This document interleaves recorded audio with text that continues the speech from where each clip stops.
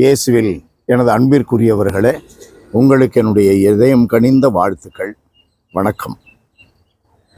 இன்றைய சிந்தனைக்கு யோவான் பிறப்பை பற்றி முன்னறிவித்தல் என்ற பகுதி லூக்கா நற்செய்தி 1 அதிகாரம் 5-25 முடிய. அன்பானவர்களே, திருமுழுக்கு யோவானுடைய பெற்றோர்கள் செக்கரியா, எலிசபெத்து, இவர்கள் வயதானவர்கள்.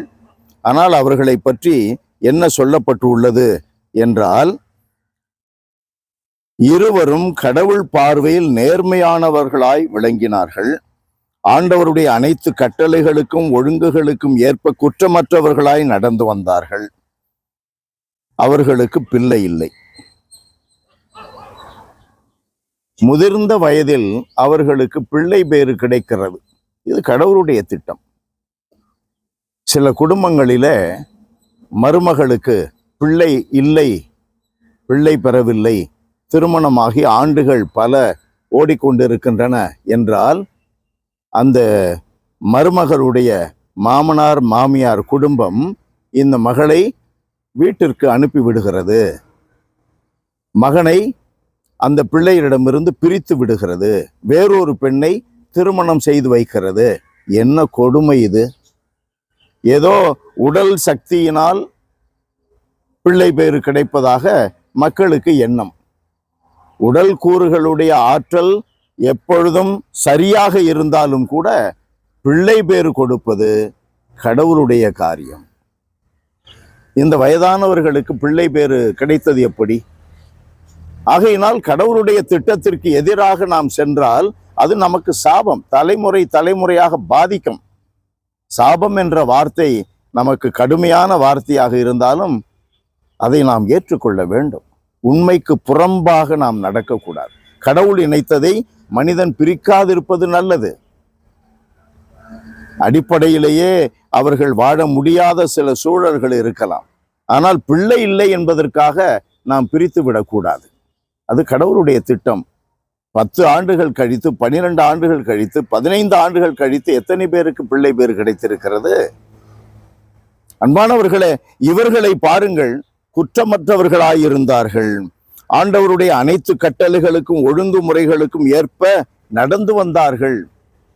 பெற்றோர்களாக இருப்பவர்களுக்கு அல்லது கணவன் மனைவியாக இருப்பவர்களுக்கு, கடவுள் மீது நம்பிக்கை கொண்டவர்களுக்கு இது அடிப்படை அவசியமான ஒன்று. குற்றமற்றவர்களாக வாழ வேண்டும். கடவுளுக்கு பயந்து வாழ வேண்டும். கடவுள் அவர்களுக்கு பிள்ளை பேரை கொடுக்கிறார். அப்பொழுது எலிசபெத் என்ன சொல்லுகிறார் பாருங்கள். மக்களுக்குள் எனக்கு இருந்த இகழ்ச்சியை நீக்க ஆண்டவர் என் மீது அருள் கூர்ந்து இந்நாளில் இவ்வாறு செய்தருளினார் என்று சொல்லிக் கொண்டார். அன்பானவர்களே, நாம் கடவுளை நம்பியிருந்தால், கடவுளுடைய கட்டளைகளை கடைபிடிப்பவர்களாக நடந்து வந்தால், நம்மை மக்கள் மத்தியில் இருக்கின்ற இகழ்ச்சிகளிலிருந்து மீட்கிறார். இழிவு நிலையிலிருந்து நம்மை தூக்கி விடுகிறார். நம்மை மகிழ்ச்சிப்படுத்துகிறார், பெருமைப்படுத்துகிறார், நம்மை உயர்த்துகிறார். தேவை என்ன? கடவுளுடைய கட்டளைகளை கடைபிடித்து நேரிய மனதோடு நடக்க வேண்டும்.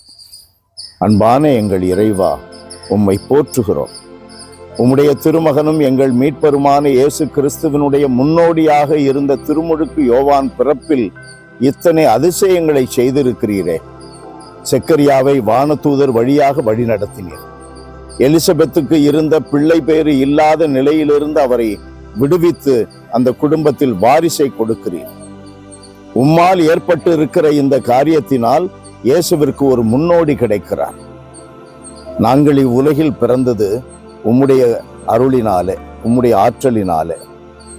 நாங்கள் உம்முடைய ஆற்றலினால் பிறந்திருக்கிறோம், நம்பிக்கையாளர்களாக தேர்ந்தெடுக்கப்பட்டு இருக்கிறோம் என்பதை நாங்கள் உணர்ந்து எப்போதும் கிறிஸ்துவுக்கு முன்னோடிகளாக, நாங்கள் வாழுகின்ற பகுதிகளில் கிறிஸ்துவை அறிவிக்கின்றவர்களாக, அவருடைய வருகைக்கு, 2ஆம் வருகைக்கு நாங்கள் மற்றவர்களை தயார் செய்கின்றவர்களாக வாழச் செய்திடணும்.